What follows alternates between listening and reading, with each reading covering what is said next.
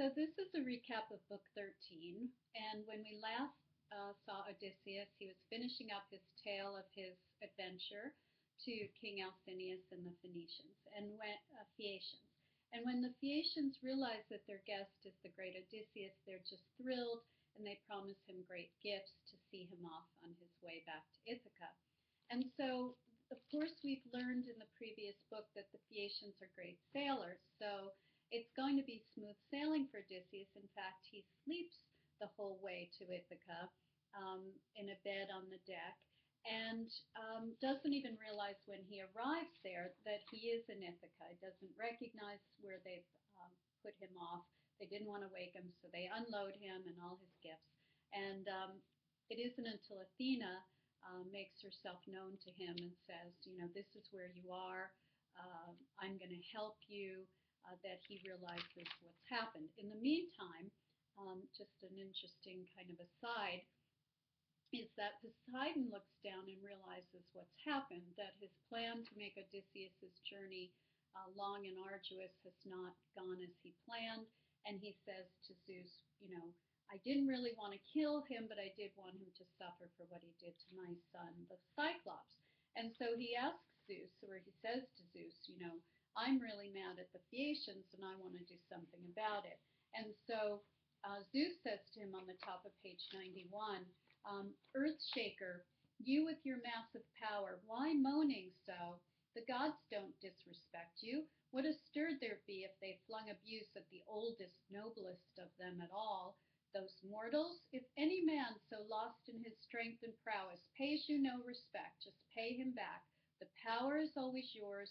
Do what you like, whatever warms your heart.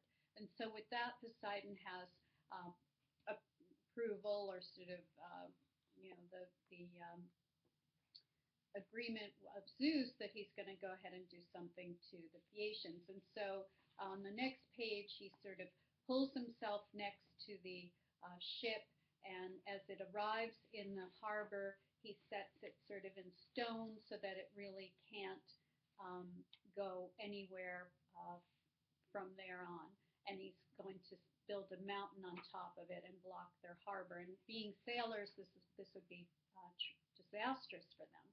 So the Phaeacians, aghast, those lords of the long oars, the master mariners, traded startled glances, sudden outcries. Look, who's pinned our swift ship to the sea? Just racing for home. And so King Alcinous, realizing that they've done something to annoy Poseidon, decides to make a sacrifice of 12 of the greatest of their bulls, and hoping that will bring favor from Poseidon on them. That's just a little aside. But at the same time, we actually never know what happens, because at this time Odysseus wakes up and he doesn't know where he is. And it's not until Athena, disguised as a shepherd, comes and tells him where he is. Now, he doesn't at first admit who he is, because he thinks that this is a shepherd and he doesn't know if he can trust the shepherd. And so he gives this all long story that he's from Crete and all of that. And Athena says, I can give as good as I get from you, Odysseus, on page 296 at the top. You terrible man, foxy, ingenious, never tired of twists and tricks, so not even here on native soil would you give up those wily tales that warm the cockles of your heart. Come, enough of this now. We're both old hands at the arts of intrigue. Here among mortal men, you're far the best at tactics, spinning yarns, and I'm famous among the gods for wisdom. So he immediately knows the god who's famous for wisdom is Athena. So she goes on to say, but you never recognized me, did you? Pallas Athena, daughter of Zeus, who always stands beside you, shields you in every exploit. Thanks to me, the Phaeacians all embraced you warmly, and now I am here once more to weave a scheme with you and to hide the treasure trove Phaeacia's nobles lavished on you. Then I willed it, planned it so when you set out for home, and to tell you all the trials you must suffer in your palace. Endure them all you must. So she says, there's hardship ahead, and you're going to have to endure it. And she goes on to say what happened with Penelope and the suitors. And when Odysseus sort of says, "Oh, I wish I had died like Agamemnon in the war at Troy," she says, "Courage, I'm here with you." On page 299, gray eyes ablaze, the goddess urged him on. "Surely I'll stand beside you and not forget you, just when the day arrives for us to do our work.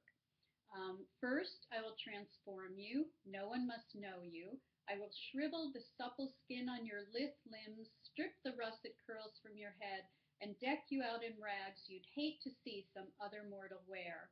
I'll dim the fire in your eyes, so shining once, until you seem appalling to all those suitors, even your wife and son you left behind." So at this point, Athena says, "I'm going to have to disguise you as a beggar for this trick to work, and even your son and Penelope won't recognize you."